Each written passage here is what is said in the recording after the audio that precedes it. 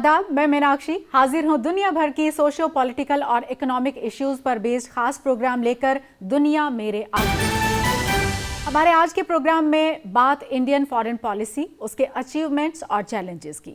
हालांकि हमारी foreign policy हमेशा से पॉलिज्म, डेमोक्रेसी, सेक्युलरिज्म और पीस की रही है, लेकिन इस बात को आज ये दुनिया मान चुकी है कि प्राइम मिनिस्टर नरेंद्र मोदी की लीडरशिप ने हमारी फॉरेन पॉलिसी को एक पर्सनल टच दिया है और इसे नई बुलंदी भी अता की है। ऐसे में हमारे लिए ये जानना बहुत ज़रूरी है कि आज की दुनिया के मंजरनामे पर हमारी फॉरेन पॉलिसी के अचीवमेंट्स क्या हैं और क्या हैं चैलेंजेस। इसी पर बात करने के लिए हमारे साथ स्टूडियो में खास मेहमान मौजूद हैं।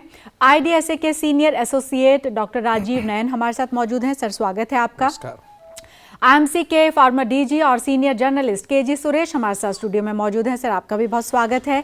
और ICWA के साबिक research associate doctor Amit Kumar हमारे साथ मौजूद हैं और आपको बता दें कि इन्होंने इंडियन फॉरेन पॉलिसी पर PhD भी किया है। हम सभी का वेलकम करते हैं स्टूडियो में और बातचीत की शुरुआत करते हैं। सबसे पहले नयन साहब, आप ही से जानना चाहूँगी, हम बात कर रहे हैं क्योंकि हमारे अचीवमेंट्स अब तक के क्या क्या रहे हैं और क्या क्या हमारे सामने चैलेंजेस हैं। आप अगर रेट करते हैं चैलेंजेस वर्सेस अचीवमेंट्स में, कहाँ बेहतर आप हिंदुस्तान को पाते हैं अभी? निश्चित ही उपलब्धियां को हम आगे रखेंगे। और आपने एक बहुत ही अच्छी बात कही। वह बात कही है कि प्रधानमंत्री मोदी के एक व्यक्तिगत, जिसको कहते हैं संपर्क कही, या इसका एक व्यक्तिगत एक टच, जिसको आप पर्सनल टच कह रहे हैं, उन्होंने अपनी सारी विदेश नीति की जो उपलब्धियां हैं उन्होंने कहीं ना कहीं एक उनका मोदी नामा, मोदी का मोदीत्व जाहिर रहा। शुरुआत करते हैं हम सांस्कृतिक, जिसको कहते हैं कूटनीति से। आते के साथ उन्होंने पहली बात क्या की कि वो गए, नेपाल में गए, वो भूटान में गए और उन्होंने बताया कि हम देखिए सांस्कृतिक रूप से एक है, हमें कोई भी भटकाव नहीं है। दूसरी बात उन्होंने क्या की, जिसे कहते हैं पर्सनल टच, और फॉरेन पॉलिसी को एक जोड़ देने की बात कही। और उन्होंने कहा कि देखिए, छोटे राष्ट्र को भारत से परेशान होने की आवश्यकता नहीं है। छोटे राष्ट्र के हम साझीदार हैं, हम बिग ब्रदर नहीं हैं और हम सब साथ मिलकर काम करेंगे। और जहां तक हमारी आवश्यकता होगी हम अपने आगे आएंगे, जहां आप कहेंगे वहां आएंगे, जहां मैं आपकी ज़रूरत समझूंगा वहां भी मैं आगे आऊँगा। और यह बात उन्होंने बड़ा ही सुनिश्चित किया। और इस बात की बड़ी स्पष्टता आती है जब हमने अपने सैटेलाइट्स नेटवर्क को इन अपने जो दक्षिण एशिया के देशों को, पाकिस्तान को छोड़कर सबके साथ साझा किया। हमने अपनी क्षमता को, हमने विकास के रास्ते को साझा किया। ऊर्जा सुरक्षा के लिए मोदी ने वहां की कंपनियों को लाया, इंफ्रास्ट्रक्चर डेवलपमेंट की बात किया। सब फैक्टर्स पर बात करेंगे नयन साहब। हम आपसे KG सुरेश, मैं आपसे भी ये जानना चाहूंगी कि जैसा कि जिक्र किया नयन साहब ने कि हम बिग ब्रदर की भूमिका में ना होकर हम एक तरीके से अपने पड़ोसी देशों को ये कह रहे हैं कि चाहे हम बड़े हैं लेकिन हमारे रिश्ते हम बेहतर रखेंगे, हम वो बड़े भाई वाली भूमिका में उस तरह से नहीं रहना चाहेंगे। लेकिन आपसे मैं ये जानना चाहूंगी कि जो अपने आप को कहते हैं कि हाँ हम हैं बिग ब्रदर्स, हमारे रिश्ते उनके साथ भी बहुत बेहतर हुए इस दौरान, उसको कैसे आप डिफाइन करेंगे? 2-3 पहलू है, मैं समझता हूं कि बहुत ही ज्यादा अहमियत रखती है। एक, हमें ये याद रखना पड़ेगा कि हमारा फॉरेन पॉलिसी में बहुत ज्यादा परिवर्तन नहीं आया। एग्जैक्टली। कंसिस्टेंसी जो फॉरेन पॉलिसी का एक 1947 से लेकर रही है वो रही है, लेकिन सिर्फ उसमें इतना आया है कि आइडियलिज्म को हमने प्रैग्मेटिज्म में बदल दिया है। तो हमारा फिलिस्तीन के मुद्दे पे हमारा पूरा समर्थन है, लेकिन साथ साथ हमने इजराइल के साथ भी संबंध जो है मजबूत किए हैं। आदर्श हमारे राष्ट्र हित के आड़े नहीं आ रही है। अब नेशनल इंटरेस्ट पैरामाउंट हो गया है, लेकिन उसका यह मतलब नहीं है कि आपके जो प्रिंसिपल्ड स्टैंड आपने लिया है उसको आपने समझौता नहीं किया है, वहां भी समर्थन जारी है। आप अरब मुल्कों के साथ भी आपके संबंध हैं, मजबूत हैं, तो आप यूएस के साथ भी संबंध है, चीन के साथ भी संबंध है, रूस के साथ भी संबंध है। तो क्या है कि हम लोग जो नॉन अलाइंड से लेकर अब हम मल्टी अलाइंड हो गए हैं। अब सिर्फ हम किसी एक मुल्क के साथ नहीं। आप याद रखिए दुनिया कैसे बदली है। पहले आप एक बाइपोलर वर्ल्ड, शीत युद्ध के दौरान आपने देखा कि कोल्ड वॉर के टाइम पर, उससे हम एक यूनिपोलर वर्ल्ड की तरफ गए जहां सिर्फ अमेरिका था और चीन भी निर्भर था अमेरिका पर। लेकिन वहां से हटके अब हम फिर एक बाइपोलर ही नहीं मल्टीपोलर वर्ल्ड की तरफ जा रहे हैं और एक पोल बन के उभरा है। आज पूरी दुनिया देखना चाहती है, इसलिए मल्टीलैटरल एंगेजमेंट है हमारा जो है बिम्स्टेक के साथ भी है, हमारा जो है ब्रिक्स के साथ भी है। आज हमने अपने आप को सीमित नहीं रखा कहीं तक। आपने नेबरहुड की बात कही, आपको याद होगा जो पहला जब शपथ ग्रहण था नरेंद्र मोदी जी का 2014 में, सारे सार्क मुल्कों को आपने न्योता दिया था, वो सब आए थे। लेकिन इसके बाद इस बार अगर आप देखेंगे बिम्स्टेक के मुल्कों को दिया, और यही नहीं, किर्गिस्तान के राष्ट्रपति को दिया, आपने देखा कि मॉरिशस के राष्ट्रपति को दिया। तो आप डायस्पोरा को कितना अहमियत देते हैं। डायस्पोरा हिंदुस्तान के इकोनॉमी के लिए और हिंदुस्तान का जो एक पूरा एक जिसको कहते हैं पूरे विश्व भर में जो छवि है उसको उभारने में डायस्पोरा की उस अहमियत को हमने समझा। तो प्रधानमंत्री जहां भी जाते हैं इस तरह शायद हमारे 70 साल के इतिहास में कभी भी डायस्पोरा से इतना एंगेज नहीं करते थे। आज हम डायस्पोरा के साथ एंगेज करना है। अभी दूसरा कार्यकाल देख लीजिए, प्रधानमंत्री जाते हैं मालदीव्स में जाते हैं और श्रीलंका में भी जाते हैं, यानी कि जो नेबरहुड फर्स्ट पॉलिसी था वो कंसिस्टेंसी है। आप देख रहे हैं क्योंकि उसमें कोई समझौता नहीं है। गुजराल डॉक्ट्रिन हुआ करता था पहले, आपको याद होगा। उसके बाद पड़ोसियों को उतना ही। प्रधानमंत्री का मुझे वो विजिट याद आता है नेपाल में, जहां उन्होंने कहा था कि नेपाल को हमें हिट करना चाहिए। कैसे हिट करना चाहिए? हाईवेज, हाईवेज एंड ट्रांसवेज, यानी कि किस तरीके से उनको पार्टनर बनाए, जिसका आपने जिक्र किया कि बड़े भाई नहीं, साथी, सहयोगी, हम मिलकर साथ चलेंगे। इसीलिए उन्होंने पहला विजिट मालदीव्स और श्रीलंका में किया। तो पड़ोसियों को कितना अहमियत, लेकिन हां समझौता नहीं राष्ट्रहित के मामले में। शुरू में एक मौका दिया था, पाकिस्तान को न्योता दिया था, शपथ ग्रहण में भी बुलाया था, नवाज शरीफ साहब आए भी थे।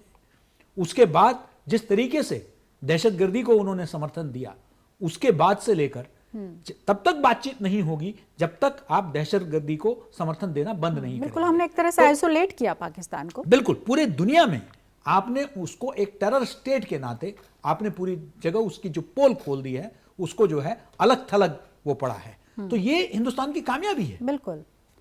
अमित कुमार जी, फॉरेन पॉलिसी तो हमारी वही है, लेकिन जैसा हमने शुरुआत में ही कहा, ये पर्सनल टच का सारा मामला है क्या? और क्योंकि ये बार बार कहा गया कि हमारे प्रधानमंत्री स्वयं यात्राओं पर जा रहे हैं, बाकी देशों के राष्ट्राध्यक्ष हमारे यहाँ रहे हैं, जैसे हाल ही में श्रीलंका में नए चुनाव और गोटाबाया का सबसे पहले हिंदुस्तान को यात्रा के तौर पर चुनना, या और मुल्कों से भी जो राष्ट्राध्यक्ष आ रहे हैं, जो बायलैटरल हमारे समझौते जिस तरह से देशों के साथ हो रहे हैं, ये उसी फॉरेन पॉलिसी का हिस्सा है, या हम कहें कि हाँ पर्सनल टच कहीं ज़्यादा और अहम हो गया है? Of course prime minister Modi की फॉरेन पॉलिसी जो रही है, इसमें इंटेंसिटी काफ़ी हाई रही है। अप्रोच देखिए, कुछ करने की इच्छा है। 2014 पे देखिए सार्क देशों के हेड को बुलाया जाता है, नेबरहुड फर्स्ट पॉलिसी है, इकोनॉमिक डिप्लोमेसी की बात हो रही है। प्राइम मिनिस्टर विजिट शुरू करते हैं नेबरहुड के साथ साथ great powers, other major powers और छोटे मोटे कई देशों के। यहाँ अप्रोच है कि सबके साथ इंगेजमेंट को इंटेंसिफाई करनी है। बीच में पर्सनल रिलेशन भी जरूर आ रहे हैं, या अभी के साथ हो, या ट्रंप के साथ हो, प्रेसिडेंट ट्रंप के साथ हो, तो पुतिन के साथ हो, तो ये तो मैटर कर ही रहा है। लेकिन टोटल अप्रोच को देखिए, पाकिस्तान के साथ देखिए, चाइना के साथ देखिए, हमारी पॉलिसी अलग रही थोड़ी सी पिछली गवर्नमेंट से। हम यहाँ फॉर्म हैं, डोकलम इशू देखिए, हमारे स्टैंड कुछ अलग थे पिछले स्टैंड से। यहाँ कोऑपरेशन और कंपटीशन दोनों चल रहा है। आप देखिए चाइना जापान के रिलेशंस, चाइना यूएस के रिलेशन, ये मैच्योर्ड रिलेशनशिप है। ट्रेड भी चलता है और कंपटीशन भी है, स्ट्रेटेजिक फॉर्म में कंपटीशन भी है। हमारा चाइना के साथ सेम, चाइना के साथ स्ट्रेटेजिक फॉर्म हमारा कंपटीशन है, बॉर्डर इशू है, बट ट्रेड हमारा कंटिन्यूसली ग्रो कर रहा है चाइना के साथ। तो हम थोड़ा मैच्योर्ड पॉलिसी को फॉलो कर रहे हैं। दूसरे पाकिस्तान के फ्रंट पे मैं बोलना चाहूँगा, ट्रायल एंड एरर। पहले कोशिश किया गया पाकिस्तान के साथ हम बात करें, प्राइम मिनिस्टर मोदी ने कोशिश भी की, लाहौर विजिट भी किया, लेकिन कोशिश कामयाब नहीं हुई। और इंडिया इस मामले में फर्म है कि टेररिज्म और टॉक दोनों नहीं चल सकता। Exactly. और हम सक्सेसफुल बने हैं, पाकिस्तान पॉलिसी हमारी सक्सेसफुल है, मैं क्लियरली बोलूँगा। चाइना पॉलिसी में भी कुछ बदलाव है, लेकिन हम सक्सेसफुल हैं, ऑलमोस्ट सक्सेसफुल हैं। नेबरहुड का अदर कंट्रीज के साथ हम विजिट कर रहे हैं, हमारे प्राइम मिनिस्टर विजिट कर रहे हैं, अदर मिनिस्टर विजिट कर रहे हैं। कोशिश जारी है, लेकिन 2 दिन 4 दिन 2 साल 4 साल में चेंज पूर्णतः चेंज नहीं हो सकता। यूएस के साथ हमने इंगेजमेंट को कंटिन्यू किया है, हमारा साउथ ईस्ट एशिया के साथ रिलेशन और स्ट्रांग हुए हैं। कनेक्टिविटी की बात कर रहे हैं, लैंड कनेक्टिविटी, मैरीटाइम कनेक्टिविटी की, इंडियन ओशन रीजन के कंट्री के साथ हमारे रिश्ते मजबूत रहे हैं। सागर का कंसेप्ट दिया प्राइम मिनिस्टर मोदी ने, तो हमारा अप्रोच इवन वेस्ट एशिया के साथ, बिल्कुल हमारे 3 वेस्ट एशिया में 3 मेजर कंट्रीज है, 3 पोल्स से आप समझिए, सऊदी अरब, इजराइल और ईरान। हम तीनों के साथ बैलेंस करके चल रहे हैं, बहुत बड़ी अचीवमेंट है। हम बियॉन्ड द डायस्पोरा भी वहाँ देख रहे हैं। हमारा बैलेंस ऑफ पावर गेम में हमारा सी है, कुछ कह पा रहे हैं, हमारी अपनी भूमिका है वहाँ। तो ये मेजर चेंज है। West Asia policy wise neglected था, ईस्ट एशिया के साथ act East Asia look east policy के बाद एक्ट ईस्ट हम लोग बहुत मजबूती से फॉलो कर रहे हैं। तो हमारे अचीवमेंट्स हैं, ये ऐसा फ्रंट है फॉरेन पॉलिसी मोदी गवर्नमेंट का जहां हम बेझिझक कह सकते हैं कि हम सक्सेसफुल हुए हैं और मोदी गवर्नमेंट इस फ्रंट पे बहुत अच्छा काम कर रही है। जी नयन साहब, जैसा जिक्र किया इन्होंने कि अगर हम रीजन वाइज भी बांटें और अगर हम मान लीजिए कि सबसे पहले अमेरिका को लेकर बात करें, क्योंकि उसका प्रभुत्व और उसकी उस तरह से जो बातें होती हैं कि उसका एक डोमिनेंस वो रखता है, लेकिन हम माइनस डोमिनेंस बात करें, हम ओबामा के साथ भी उतने ही बेहतर रिश्ते रखते थे। हम उनको इनवाइट भेजते थे यहाँ पर गणतंत्र दिवस के लिए, हमारे यहाँ आइए आप, और वो उसको निभाते थे। अभी ट्रंप है वहाँ पर, तो हम ट्रंप के साथ भी उतने ही आसानी से एक तरीके से कहें तो रिश्ता आगे बढ़ा रहे हैं। ये जो पॉलिसी में तो कोई फर्क है नहीं, पर्सनल टच की हम बात लगातार कर रहे हैं, लेकिन वहां पर सरकारों का बदल जाना, आपके जो टॉप लीडर्स हैं वो एकदम चेंज हो जाना, सत्ता एकदम बदल जाना, बावजूद उसके आपका उसी तरीके से देश के साथ रिश्ता कायम करना, वो भी अमेरिका जैसे देश के साथ जो कि हमको एक तरह से दोयम दर्जे का समझता था। निश्चित ही देखिए, जैसे अभी बात हुई हमारी विदेश नीति में निरंतरता की, निरंतरता के साथ साथ क्या चुनौतियां उभर रही है, किस तरह से जो विश्व में परिवर्तन आ रहे हैं, इन सारी बातों को लेकर हमें अपनी नीति के बारे में एक जिसे कहते हैं समीक्षा करनी रहती है। जब हमने नॉन अलाइनमेंट की बात की थी और अभी मल्टी अलाइनमेंट की बात हो रही है, दोनों काल में क्या था? नॉन अलाइनमेंट में हमने क्यों नहीं चुना हमने किसी भी अलायंस बनना? हमने इसलिए अलाई बनना नहीं पसंद किया क्योंकि हमें अपनी क्षमता का विकास करना था। अगर हम मानते कि हम किसी के अलाय हो जाएंगे तो हमें उन पर निर्भर करना होगा और अपने राष्ट्र की क्षमता का विकास नहीं कर पाएंगे। हम आगे बढ़ते गए, भले ही नीति वही रही, लेकिन हुआ क्या कि उसी समय हम प्रैक्टिकल जो उसमें हम समीक्षा करते रहे, थोड़ा सा सोवियत संघ के करीब आ गए क्योंकि हमें आवश्यकता थी, परिवर्तन की आवश्यकता थी। और आज के दिन में हमें लग रहा है कि हमने अपनी क्षमता काफ़ी विकसित कर ली है और हमें हमारे व्यक्ति जो हमारे स्किल्ड मैन पावर है उन्हें भी कहीं जाकर अपने जो क्षमता का उपयोग करना चाहिए। तो हमने अमेरिका के साथ बड़ा ही जो कहते हैं कि एक अलग ही जटिल सा एक संबंध स्थापित कर लिया है। ट्रंप हो या कोई हो, जिसे हम बाई पार्टीजन कहते हैं, हमारे तरफ से भी एक स्ट्रक्चरल जिसे कहते हैं कि फैक्टर्स रहा है, वो संरचनात्मक जो क्षमता हमारी रही और जो वह काफ़ी हद तक हमारी विदेश नीति को प्रभावित करती रही, अमेरिका की भी करती रही। इसके कारण हमने बहुआयामी एक रिश्ते का निर्माण किया। अब आज के दिन में देखें कि अमेरिका के साथ जिस तरह के हमारी इंटरडिपेंडेंट रिलेशनशिप डेवलप कर गई है, उसे भी हमारी आवश्यकता है। देखिए, जो हमने defence trade and technology trade initiative किया, उसमें हमने अपनी क्षमता बताई कि देखिए हमने भी जेट इंजन को यहाँ तक विकास कर लिया है, बाकी क्षेत्र में हमारा है। अब वह पुराना को प्रोडक्शन वेपन्स प्रोक्योरमेंट का ही नहीं, एक नया R&D का रिश्ता भी बनना चाहिए और एक विज्ञान का एक नए चरण का रिश्ते का हम एक तरह से अभी इंगेजमेंट कर रहे हैं, निगोशिएट कर रहे हैं, बातचीत कर रहे हैं। एक बड़ा अलग है, यह मोदी के काल का एक बड़ा ही अजीब सा रिश्ता है। दूसरी जो बात अभी कस के आई है कि जितने सारे आप अंतर्राष्ट्रीय जिसे संगठन कहते हैं, उसमें बिना अमेरिका के सहयोग के आप प्रवेश नहीं कर सकते हैं। बिना जो जितने भी सारे अंतर्राष्ट्रीय कानून हैं, बिना अमेरिका के मदद के आप इसमें संशोधन कर उसके अपने पक्ष में नहीं कर सकते हैं, जो कि न्यूक्लियर सप्लायर्स ग्रुप एक बड़ा जीता जागता उदाहरण है। तो हम अमेरिका के साथ सहयोग कर रहे हैं, जैसा कि अभी सुरेश साहब ने कहा, हमने अभी तक रूस को नहीं त्यागा है। अगर हम DTTI कर रहे हैं अमेरिका के साथ, तो हम रूस के S-400 भी ले रहे हैं, बाकी भी काफ़ी विकसित जो तकनीकी समझौते भी कर रहे हैं। लेकिन हमें अभी अमेरिका बड़ा ही हमारा जबरदस्त राष्ट्र के रूप में आ गया, जनतंत्र के मामले हम लोग एक है। और जिस तरह से हमारी डायस्पोरा, जिस उन्होंने बात की, वहाँ पर उभर कर आ रही है इंडो US न्यूक्लियर डील के समय, जो यह एक इकोनॉमिक डायस्पोरा थी, एक प्रोफेशनल डायस्पोरा थी, वो हिचकिचाती थी राजनीतिक अपनी ताकत दिखाने में। आज वह डायस्पोरा अपनी राजनीतिक क्षमता, अपनी राजनीतिक ताकत दिखा रही है। तो हमें इस डायस्पोरा को एक नए डिमेंशन, एक नए ऊंचाई पर, एक नए स्तर पर ले जाके हमें उनका उपयोग भी करना है।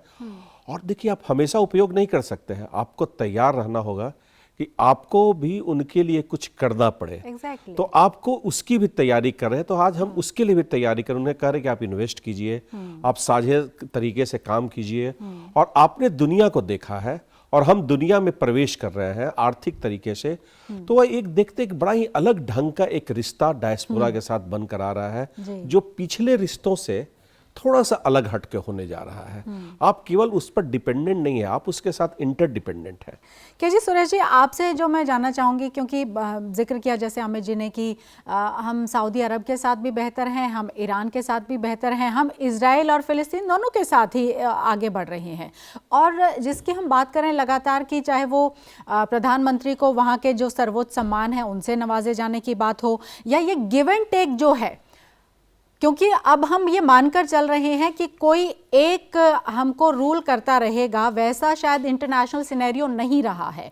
गिव एंड टेक की पॉलिसी है, और अगर हम उस एरिया को देखते हैं तो हम हिंदुस्तान और वो इलाका कैसे गिव एंड टेक को आप देख रहे हैं आगे? देखिए, दुनिया को अब ये एहसास हो गया है कि हिंदुस्तान अब किसी एक मुल्क का साथ नहीं दे रहा है, उसका पक्ष नहीं ले रहा है, बल्कि वो अगर साथ दे रहा है, अगर पक्ष ले रहा है, तो अपना पक्ष ले रहा है। यानी कि हिंदुस्तान के हित में अगर हो। आपने महाबलीपुरम में, मामल्लापुरम में शी जिनपिंग के साथ आपने मीटिंग की, लेकिन आरसेप की बात आ गई तो आपने उसे जो है साइन करने से आपने इनकार कर दिया। आपने कहा कि नहीं, चीनी माल यहां डंप किया जाएगा, हमारे ट्रेडर्स, हमारे बिजनेस, उसको ये बाधित करेगा, इसलिए हमको ऐसा कोई कदम नहीं उठाना है। तो आरसीप के मामले में जो है हिंदुस्तान ने स्टैंड लिया, जो शायद दुनिया में किसी ने नहीं सोचा होगा। बिल्कुल।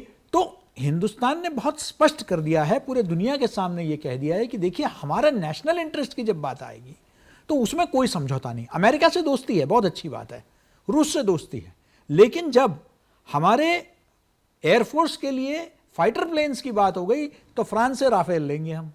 Exactly. तो यानी कि हिंदुस्तान के एयरफोर्स के लिए सबसे बेहतर प्रोडक्ट कौन सा है, सिर्फ एक ही मापदंड था, अमेरिका के साथ दोस्ती है, उनको खुश करना है। या क्या अमेरिकन कंपनीज नहीं थे क्या लाइन में? रशिया नहीं चाहती थी कि अपना प्रोडक्ट्स को बेचना है, और मुल्क नहीं चाहते थे क्या? सब चाहते थे, लेकिन उसके बावजूद आपने बेस्ट प्रोडक्ट लिया। वो इसलिए कि उनको भी ये संदेश चला गया कि देखिए, हमें अपने हित की बात है। देखिए, इसका नतीजा क्या हुआ है, आप देख रहे होंगे कि 370 जब कश्मीर से हटाया गया, कश्मीर का जो स्पेशल स्टेटस या जो दर्जा मिला था, तो ये पाकिस्तान ने पूरे दुनिया में घूम के जो है हिंदुस्तान को बदनाम करने की कोशिश की, और उसने ये सोचा कि जो इस्लामी दुनिया है वहां वो हिंदुस्तान के खिलाफ एक पूरा एक मुहिम छेड़ देगा। लेकिन नतीजा क्या हुआ? नतीजा ये हुआ, एक तुर्की और मलेशिया को छोड़कर पूरे मतलब दुनिया के जो भी इस्लामिक मुल्क हैं, उनमें से कईयों ने समर्थन किया, तो किसी ने कुछ नहीं कहा। क्या इससे बड़ी, आपने क्योंकि अभी बात किया कि उनको सबसे बड़े जो सम्मान है उससे वो नवाजे गए थे प्रधानमंत्री साहब जी, वो इसलिए नवाजे गए थे क्योंकि वो पूरे दुनिया में इस्लामी मुल्कों में इस बात को जो है वो उन्होंने एहसास किया है कि हिंदुस्तान किसी कौम के, किसी मजहब के खिलाफ नहीं है। हिंदुस्तान अपने इंटरेस्ट को आगे बढ़ाना चाह रहा है, और हिंदुस्तान का अंदरूनी मामला है ये, इसमें दखल हमको नहीं करना है। ये जो एक पूरे दुनिया में ये जो एक पैगाम गया है, ये बड़ा बहुत अहमियत रखता है। अब आप देखेंगे कि डोकलाम का मुद्दा हुआ और मुद्दे हुए जहां हिंदुस्तान ने बड़ा मजबूती से स्टैंड लिया। सॉफ्ट स्टेट नहीं है अब हम, मतलब जो हम कहे जाते थे। और ये जो बालाकोट में जो हुआ, बालाकोट में जो हुआ, उससे भी दुनिया में एक बड़ा संदेश गया है। आपने ये जो कहा है कि आप अगर हिंदुस्तान के इंटरेस्ट के साथ आप खिलवाड़ करेंगे, हम दबाव में नहीं आएंगे। याद रखें, ये वही हिंदुस्तान है जहां न्यूक्लियर टेस्ट की तैयारी पूरी तरह नरसिम्हा राव साहब के समय पर हुआ था, उनके वक्त पे, लेकिन अमेरिका के दबाव के चलते वो टेस्ट कैरी आउट नहीं किए गए। ये एक हकीकत है।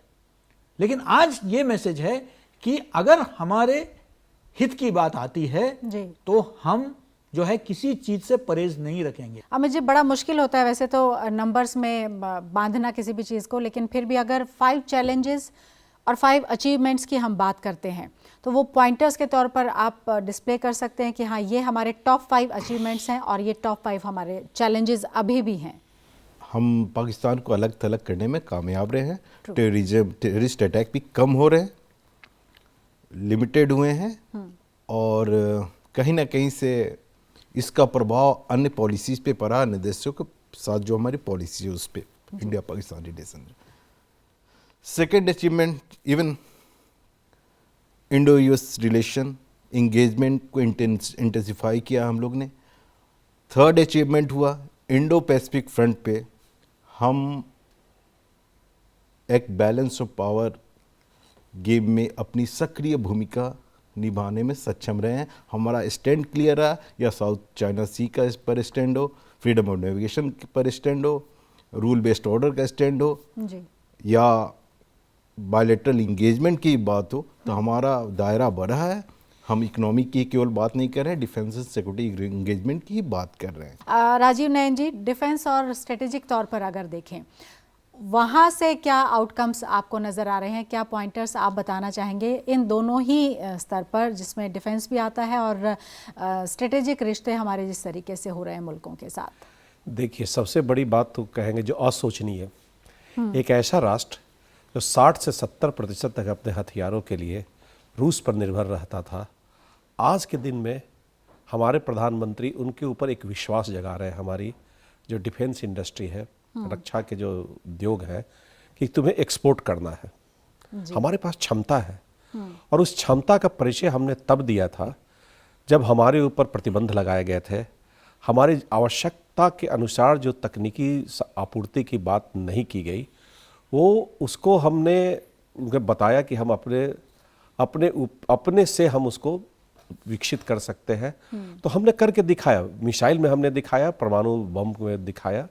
तो आज कह रहे हैं कि इनका हम आयात करें, निर्यात करें, आयात ही केवल नहीं करें। एक बहुत बड़ी एक फॉरेन पॉलिसी में जिसे कहेंगे चुनौती थी, जिसे कि वो आगे बढ़ा रहे हैं सुरक्षा के क्षेत्र में।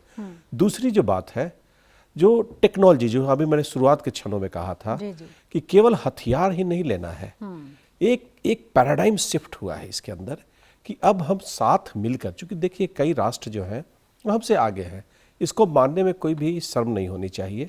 कई क्षेत्रों में कई लोग आगे काम कर रहे हैं, कई क्षेत्रों में हम भी काम कर रहे हैं। तो हम साझा मिलकर एक नया कंजोर्टियम टाइप का, जिसमें न्यूक्लियर एनर्जी पर भी चल रहा है, हर जगह चल रहा है, फिजिक्स में, साइंस में, मैथमेटिक्स में हमारे साइंटिस्ट मिलकर बाहर काम कर रहे हैं। उसको कह रहे हैं कि हम यहाँ टेक्नोलॉजी डेवलपमेंट के रूप में लाए। तो ये एक बड़ी जो चेंज जिसे कहते हैं कि वो हुई है। और तीसरा जो हम इसमें कहना चाहूँगा मैं कि डाइवर्सिफिकेशन, कोल्ड वॉर के बाद एक बहुत बड़ी फिलॉसफी इमर्ज करके आई थी कि diversification of resources of security, वो हुआ नहीं था, लेकिन अब उसे होता प्रतीत हो रहा है। तो ये हमारी बहुत बड़ी 3 हम कहें कि अचीव है। उसके अलावा भी कई है, ऑब्वियसली बहुत सारे हैं। और जब हम फॉरेन पॉलिसी पर बात कर रहे हैं तो हाफ एन आवर मेरे ख्याल से गुड फॉर नथिंग है। लेकिन कंक्लूडिंग रिमार्क केजी सुरेश मैं आपसे जानना चाहूँगी, हमने क्योंकि हर एस्पेक्ट पर बात कर रही है, और आप इस आउटकम को देखते हुए आपको लग रहा है कि हम बिल्कुल सही दिशा में हैं, या इज देयर एनीथिंग जो आपको लगता है कि दिस इज द एरिया जो हमको, अगर हम वहां पर भी जाते हैं तो हमारी फॉरेन पॉलिसी के लिहाज से, हिंदुस्तान के लिहाज से और बेहतर हो? मैं समझता हूं कि पॉलिसी सही ट्रैक पर है। क्रिएटिव डिप्लोमेसी आज आपको दिखने को मिलता है। पहले जितने भी कॉन्सेप्ट्स थे, आसियान और जो कॉन्सेप्ट्स थे बड़े बड़े मुल्कों का एक अलायंस का, वो नेटो, आपने देखा चाहे वो डिफेंस स्ट्रेटेजी के क्षेत्र में हो या ट्रेड के क्षेत्र में हो, वो अपनी तरफ से बनाया जाता था पश्चिमी मुल्कों के इशारों पर। आपने देखा कि हमने अफ्रीकन स्टेट्स का पूरा कॉन्फ्रेंस इधर बुलाया, अफ्रीका के जितने भी हेड्स ऑफ स्टेट हैं वो हिंदुस्तान में आए, उनके साथ हमने एंगेजमेंट किया।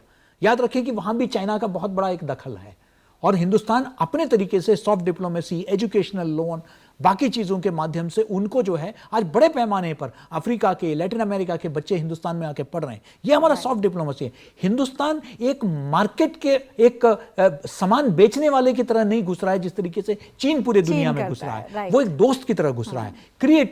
क्रिएटिव में देखिए, इंटरनेशनल सोलर अलायंस, यानी कि सोलर पावर का उपयोग करने वाले जितने मुल्क हैं जहां सोलर एनर्जी बहुत है, उन सबको इकट्ठा किया गया। यानी कि हमारा सिर्फ एक युद्ध की ओर, एक रणनीति की ओर इस तरीके से नहीं देखना है, हम क्रिएटिव सॉल्यूशंस देख रहे हैं। विश्व के समस्याओं के लिए हम लोग किस तरीके से क्रिएटिव सॉल्यूशंस दे सकते हैं, उसमें हिंदुस्तान नेतृत्व प्रदान करेगा, हिंदुस्तान का जो है लीडरशिप रहेगी।